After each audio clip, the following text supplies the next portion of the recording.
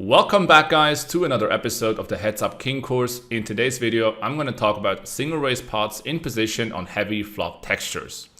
First of all, let's define what are heavy flop textures. It's a flop that contains two cards 10 or higher.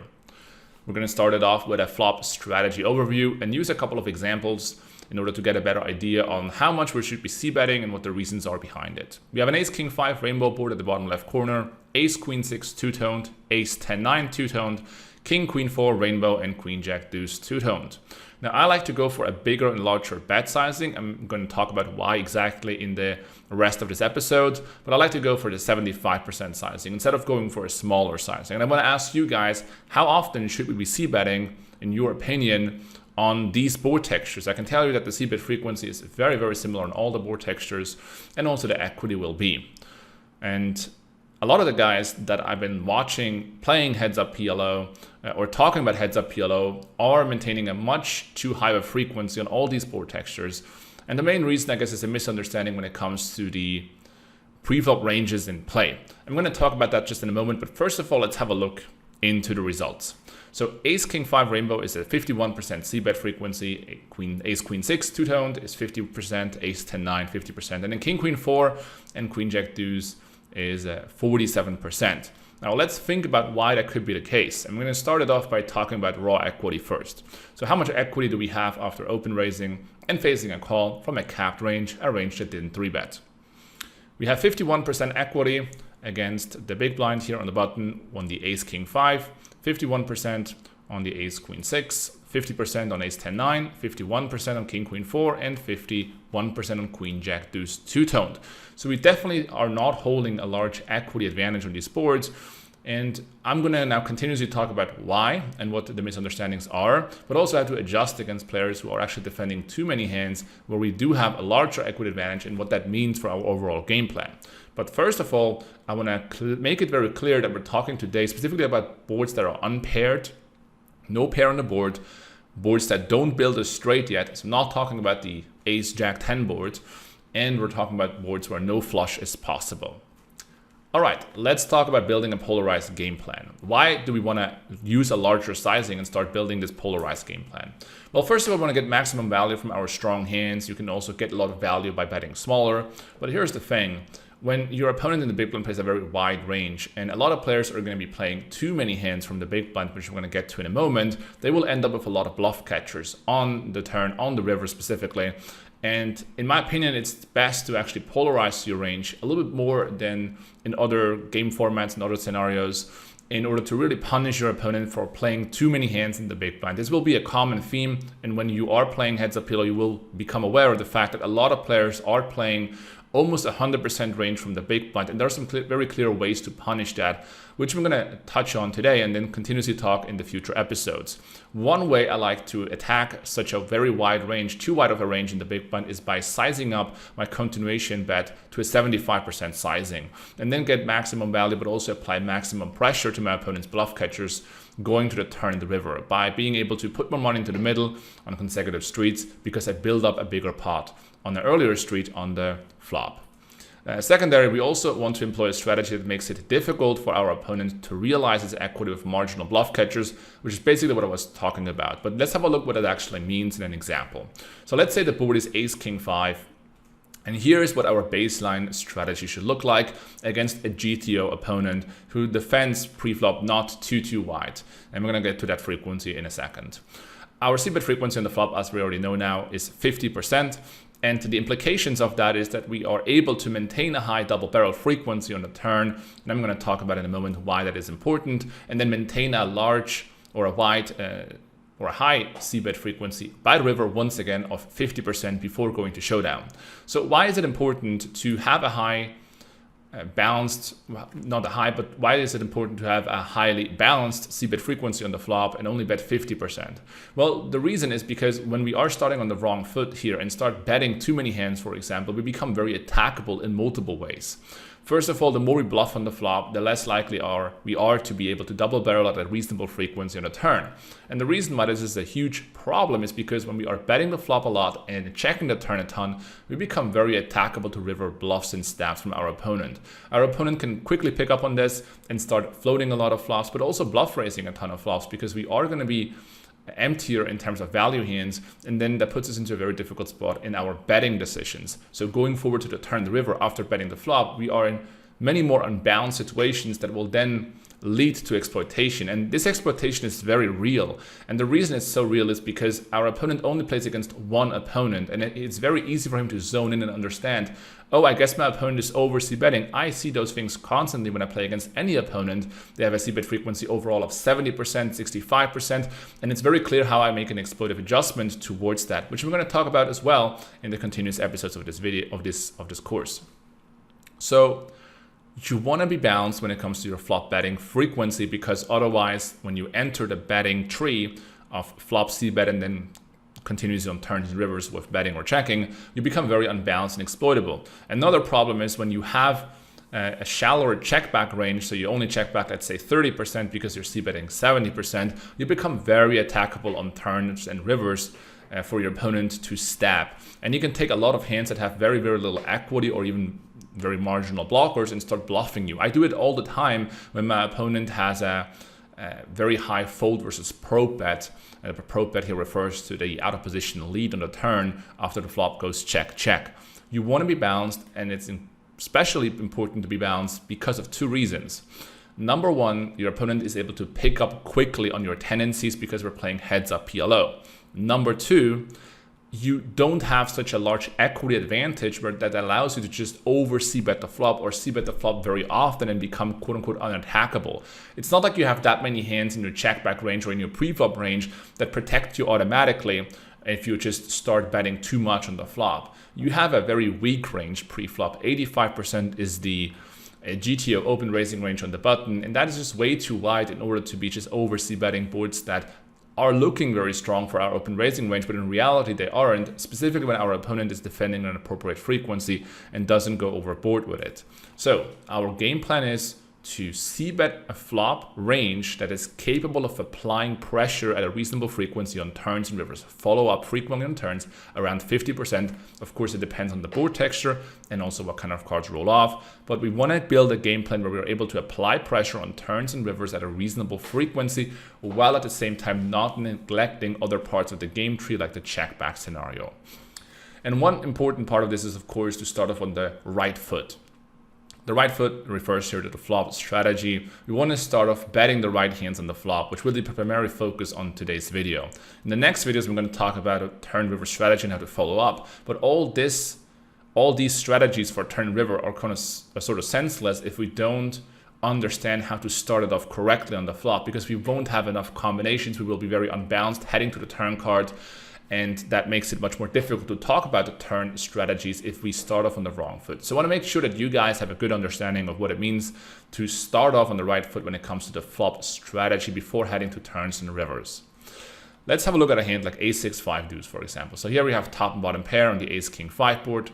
The board is in the top right corner, and this is the hand we're holding.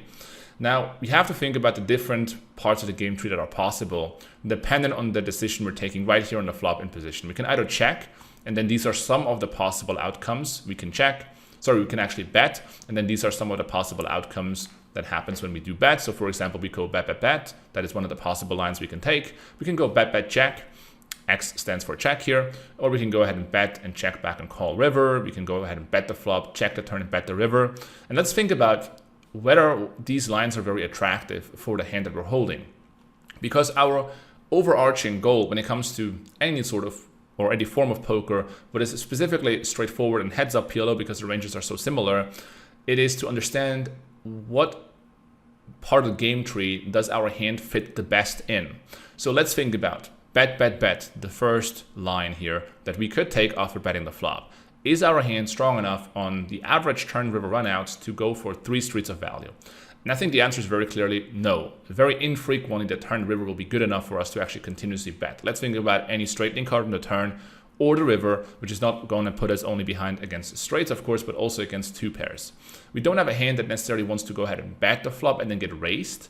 How do we continue on the turn on the river? We can't really improve. We don't really have a hand that wants to bet the flop, check the turn, and then call the river. Let's think about it. We bet the flop, the turn is, let's say, a 9, and the river is an 8, and our opponent goes ahead and bets the river after calling the flop.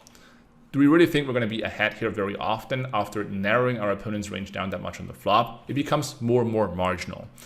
And for that reason, we have to think also about the checking lines that we could take and how that outcome will then change. We can check back, for example, and keep our opponent's range very wide and then call the turn and call the river down. And that sounds much more attractive to me because our opponent can still have a lot of hands in his range and we didn't narrow his range by betting the flop. We can check back on the flop.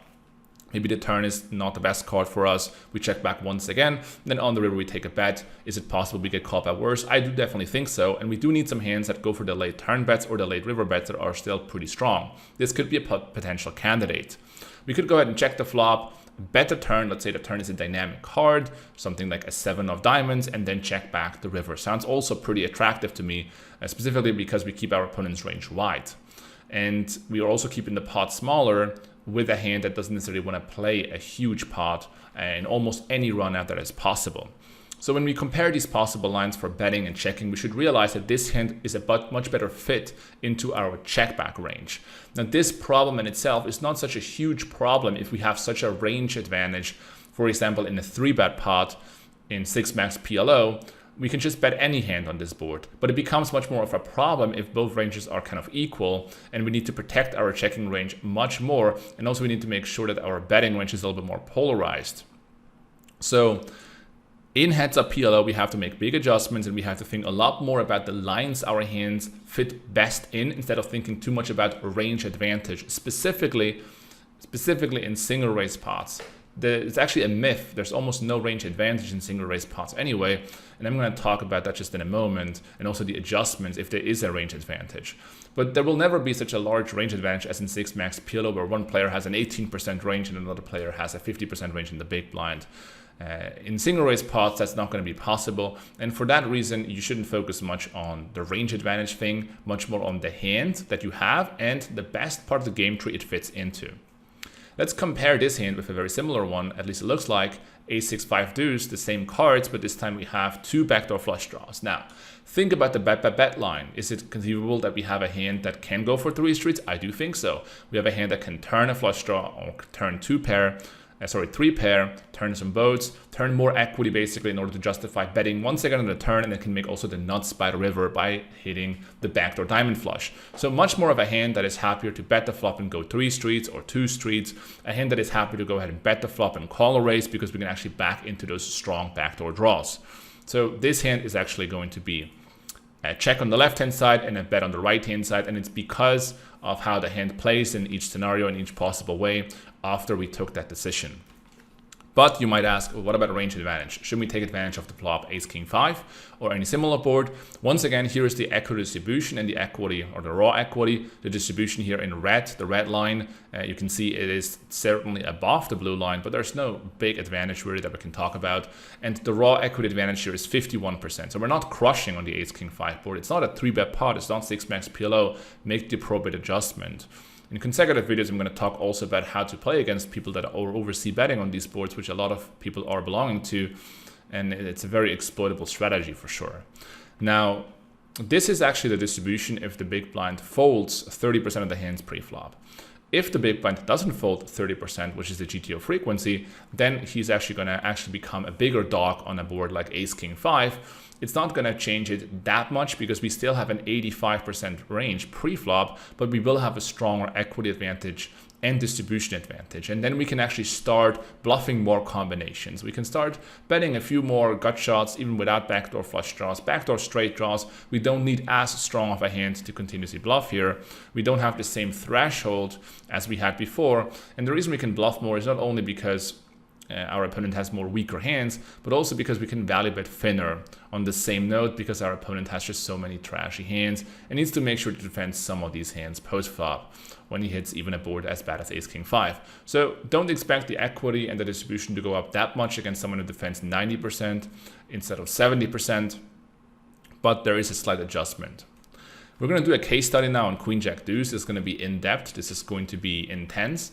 And I really want you guys to take something away here when it comes to the flop range composition for all board textures on heavy boards, and not only the Queen Jack deuce. I'm going to choose this one as an example to illustrate some key points, but it's always about the concepts in understanding those, because we can't go through every single board texture that is possible. It's important for you to take advantage of those in-depth dives that I do on a board like Queen Jack deuce, and then understand the principles. And if you don't, then ask definitely in the forums and start accumulating more information around it. Watch the video multiple times to really understand where certain hands are going in which part of the game tree. I strongly believe in intuition when it comes to understanding GTO, which means the more solutions you see, the more trends you see, the more concepts you hear about or create yourself based on the information you see in a solver, the more likely it is you become much more intuitive about certain combinations. You know which hands are supposed to go into your betting range, you know which hands are supposed to go into your checking range. It's not memorization, it's intuition that you build based on many examples you saw before. And I want you guys to improve your intuition. So it's not about looking at something like this here, which is the strength bucket distribution when it comes to our c-bet strategy, and memorize it. It's not at all about memorization, it's about intuition and building it up. So what we can see here is the bet 75% sizing over multiple strength buckets. We have around 20 strength buckets here in play. I'm going to talk about some of them individually and some of them in groups in order to give you guys really the gist of it. But I want to just talk quickly about what kind of data we're showing here. We have the blue bars, which is the c-bet frequency on these boards based on all these strength buckets like air, top pair, minus, which stands for top pair without backup, two pairs, bear, gutshot straight draws, a bear middle pair, bear mid to weak high flush draws, and we have some sets, some over pairs and whatnot. So that's the betting frequency for these strength buckets. And then the red line shows the weighted frequencies, which means how often do we show up with these hands. And the reason it's so important to show this is because not all strength buckets are equally important. Some of them we're going to have very infrequently, and therefore the strategy is not as important to learn because they're rarely going to show up ever. If you look on the very right hand side, for example, you can see the bear nut flush draw blocker, so the ace of spades, without a gut shot, without a pair, without any straight draw, is going to occur very, very infrequently, like 1% of the time. And the same thing is true for the bear king of spades, because a lot of these hands are actually going to fold pre-flop or should fold pre-flop. So it's not as important to understand that these hands are always a c-bet because they don't show up that often. But on the left-hand side, we can see all sorts of combinations that show up much more frequently. For example, air shows up over 20% of the time, and therefore it becomes super important to understand how to play these combos that belong to these strength buckets. And that's what we're going to do. We're going to start off by talking about air, which shows up 20.5% in our pre-flop range, and talk about the principles behind it. First of all, let's have a look at the profile.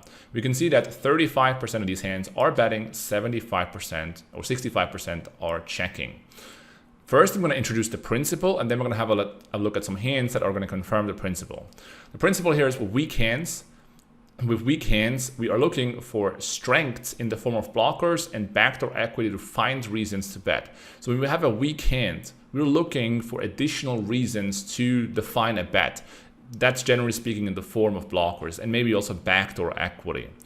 So let's have a look at some betting hands here. We look at 4 or 5, 4, 4 deuce, and this hand has some substantial blockers here that are maybe not as visible to an untrained eye. We have the 4 of spades, and one thing to be said about spade blockers is that it doesn't really matter which spade blocker you have. Certainly some of them have more quality, but all of them really matter in heads-up PLO, where in 6-max PLO where ranges are much more narrow, the 4 of spades is not just an important blocker as in heads-up PLO, where ranges are wider and our opponent is more likely to have more flush draws that wouldn't necessarily show up in a 6-max game, and therefore the 4 of spades is actually a substantial blocker here.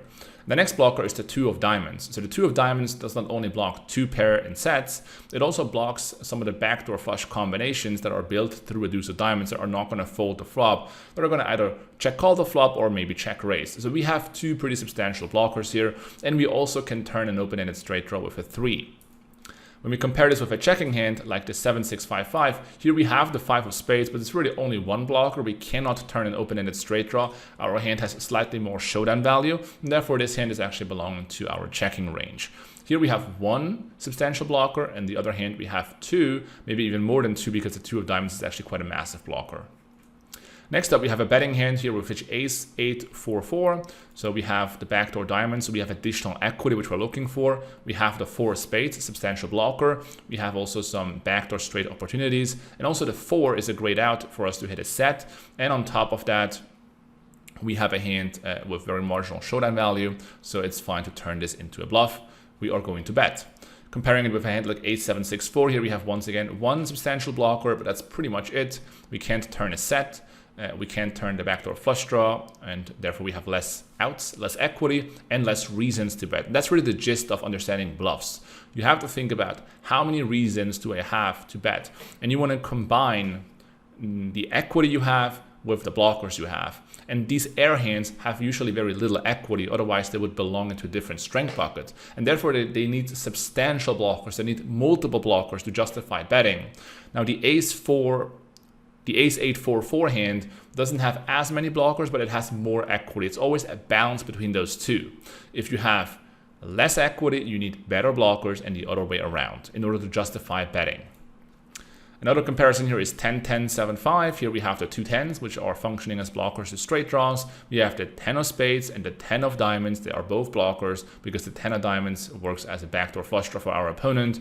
And we have the 10-5 of diamonds, which is a backdoor flush draw. Our hand that is checking is 10-10-7-5 without these assets. Here we have the 7 of spades, which is slightly less worth than the 10 of spades. And we don't have the backdoor flush draw, so we're going to go ahead and check this hand. Our subtle differences, and it's not about executing them perfectly, it's about understanding the principle between blockers and equity, and then understanding how to move forward between betting and checking based on those principles and on those individual cards. One of the things that I learned or learn now more and more is that every single card in your hand really matters when it comes to betting and checking decisions. And nothing is more true than that for heads-up PLO, specifically because the ranges are so equal pre-flop and they are so wide. So the whole range advantage thing doesn't come into play as much. That is sometimes functioning also as a catalyzer for a simplified strategy in a 6-max game, which means sometimes in a 6-max game you can just bet almost any hand because you have such a massive equity advantage and range advantage towards your opponent, and those individual cards don't matter as much. Here it matters a great deal, and we have to increase our awareness for them to understand what the strategy looks like that we should employ. Let's talk about top pair, no backup, 11.6% of the hands. Again, an important strength bucket here when we have the queen, and we can see that most of these hands are actually checking. The queen is checking here because it belongs to a medium strong hands, and here we are looking for multiple blockers to our opponent's continuing range, so spades mainly or straight blockers. And also our hand should have low EV when checking back as well to consider betting. When we do already have showdown value, like here, top pair, we have EV when we check back, and when we do have a substantial EV when checking back because we have some backdoor equity, then we do want to take that EV and use that option to check back. When our hand is more hopeless and therefore has less EV when checking back, hopeless in the sense of making a good hand on the turn of the river, then we're likelier to bet, specifically if we can combine it with a blocker or multiple blockers. Obviously the queen already functions as a blocker, but if we have an additional blocker and a hopeless hand, that is a great combination to start betting. So let's think about these two cards first, before looking at the next two cards. Here we have the queen of diamonds, which is a substantial blocker, it's a huge blocker, it's better than holding a card like the queen of clubs. And we have the 3 of spades, which is again a great blocker for the flush draws. This combo without backup in the form of a flush draw or a backdoor flush draw or a straight draw is a bet 77% of the time. So just the queen of diamonds and 3 of spades is a bet 77% of the time. So you can see how substantial those individual cards can be. Our overall strategy with top pair no backup is 71% check, but these two cards already make up 77% of betting hands. Or make up a 77% bet because they trigger our bluffs or bets in general so much. So let's look at other cards like a queen, 3, 5, 9. This hand is hopeless when we check back. We can't really turn anything. The EV for a check back is low, but we have substantial blockers on the flop, clear bet. When you compare it with a queen, 3, king, 9, here we have better 2-pair outs, but also an inside straight draw with a 10. This hand actually belongs to a check.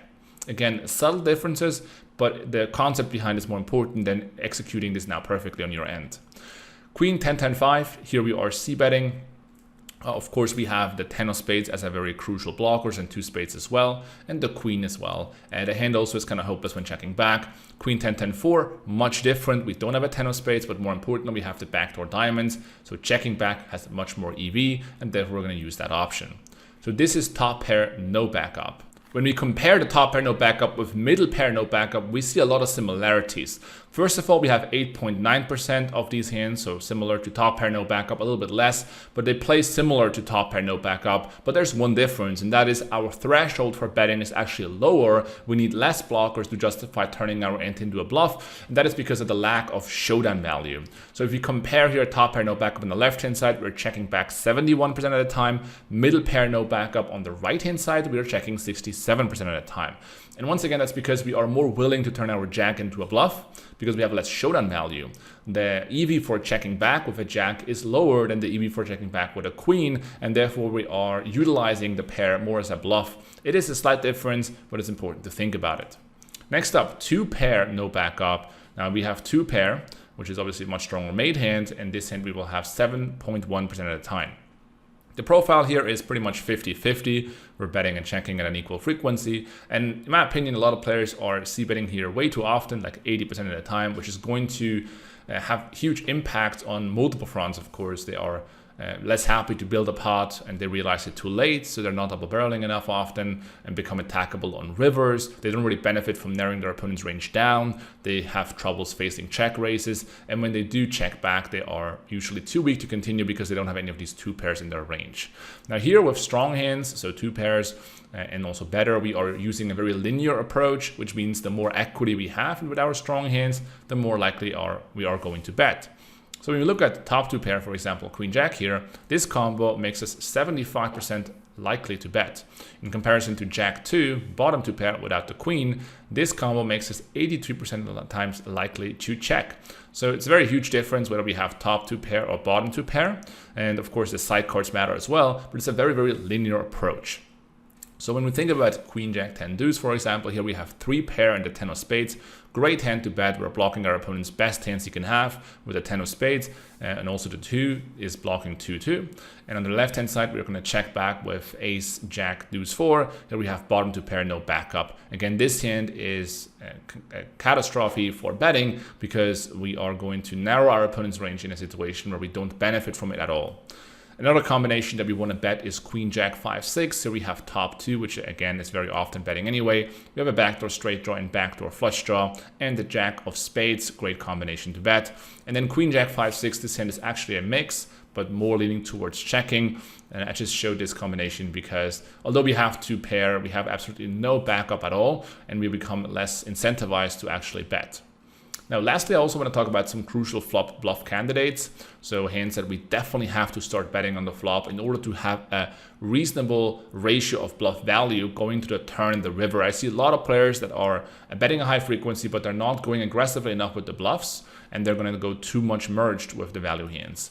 So here we have a couple of bluff candidates and strength buckets. We're going to go through them each by one. And I'm going to showcase one example for each strength bucket. Here we have the bare gut shot straight draw, and we have to think about ace 10, 6, 4, for example. Actually, I'm going to show more than one sometimes in order to illustrate the point even better. But here we have an inside straight draw and the backdoor flush draw, the 10 of spades. So you have a pretty good combination of multiple things. We have equity, and we also have decent blockers. And this whole spiel between equity and blockers is really important. It's a balance. It's a take and give, which means when our equity goes down, our blockers have to go up in value. For example, King 9, 5, 3 here is a gut shot to the non-nut straight, as well as no backdoor flush draw, and this hand is also a bet, and that is because the blockers go up while the equity goes down, and when the equity goes down, you need to have better blockers in order to justify betting, and that is true and goes through all the strength buckets basically at the end of the day.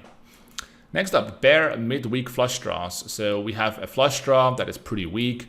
For example, we have 3 spades, 3, 4, 6, and this combination, actually 3 spades in general, with low equity, is being c-bet 86% of the time. You can see that bare midweek flush draws are betting around 33% of the time. But when we have 3 spades, that is really a big trigger point and pattern for us to start betting. And that's again because first of all, when we have more spades, we are holding less equity because we're less likely to make our hand, so the equity goes down. But because we have 3 spades or even 4 spades, our blockers go up because our opponent is less likely to continue with a flush draw as we're blocking them more than holding only 2 spades. So here, a classic example of a hand that loses equity and increases in blockers. This is therefore a bet. And next up, we have a bear open-ended straight draws. And with all the following categories, it's always the same idea. When the equity goes down, the blockers need to go up. And you need to think about the already existing showdown value, about future blockers, and about the EV of checking back. I'm not going to showcase examples on these categories here because they're quite simple. I don't want to make the video too long, but I want you guys to have a good eye for thinking about equity and blockers, the EV of a check back, and the functionality of your hand when it comes to the betting option. Are you happy to build a pot and go 3 streets with the bluff candidate and the value candidate? And if the answer is no, then most likely you should go ahead and check back. Even if you have 2 pair, even if you have a set, even if you have a draw that is pretty decent and might just function better in a check back scenario because it benefits from the turn card or it benefits from your opponent's range keeping or staying wide. And I want you guys to really critically think about your hands that you have, and that is automatically going to lower your c-bet frequency, make it much more balanced. You become much more of a later street player, which is difficult to handle and tackle, specifically if you have a balanced strategy. Think about it this way. How many of your opponents are going to defend against the late turn bet enough often? How many of them are going to check raise you the late turn c-bet at a reasonable frequency to disincentivize you to bluff at this point, to call down at a reasonable frequency when they check 2 times or 3 times to you? How many of your opponents are prepared to float the flop and then call 2 bigger bets against your very polarized game plan? And most players aren't prepared because the meta game, the whole player pool, is not playing polarized enough. They're not playing smart enough when it comes to either option, the betting part of the tree or the checking part of the tree. And I want you guys to start off on the right foot on the flop with the right strategy. We're going to continue to talk the next time about turns and rivers when we have the right setup for the flop strategy. You can see here the bear not flush draw blocker is betting pretty much every single time, as well as the bear second not flush draw blocker. They're not as important because the weighted frequencies are very, very low, but I just want to bring them in here for completion. Let's summarize today's video and give you the bigger takeaways. Equity advantages are much smaller in heads-up PLO than 6-max PLO on the heavier boards. In fact, if our opponent is defending correctly, they become very, very small. Betting decisions resolve mainly around equity, blockers, and future playability. So don't think much about range advantage, think mainly about the functionality of your hand, which again is based on equity, blockers, and future playability. And thirdly, our goal is to figure out which part of the game tree suits our hand the best, while staying balanced and relatively unexploitable. And let's summarize the different strength buckets and different types of hands we can have. With weak hands, we are looking for strength in the form of blockers and backdoor equity to find reasons to bet. Once again, we're looking for reasons to bet when we have weak hands. With medium hands, we are looking for multiple blockers to our opponent's continuing range, high spades, any spade. Our hand should have low EV as well when checking back when considered betting. Remember, when we have backdoor flush draws and additional equity in the background, we are better off just checking and trying to realize that equity. And with strong hands, we are using a very linear approach. The better hands are betting, and we should think about reasons to check back more so when we have a hand that is not at the very top and has not such a great playability when getting raised or when trying to go for multiple streets. That's it for talking about heavy boards, single raise pots in position. Hope you guys enjoyed this episode, and we'll see each other in the next one.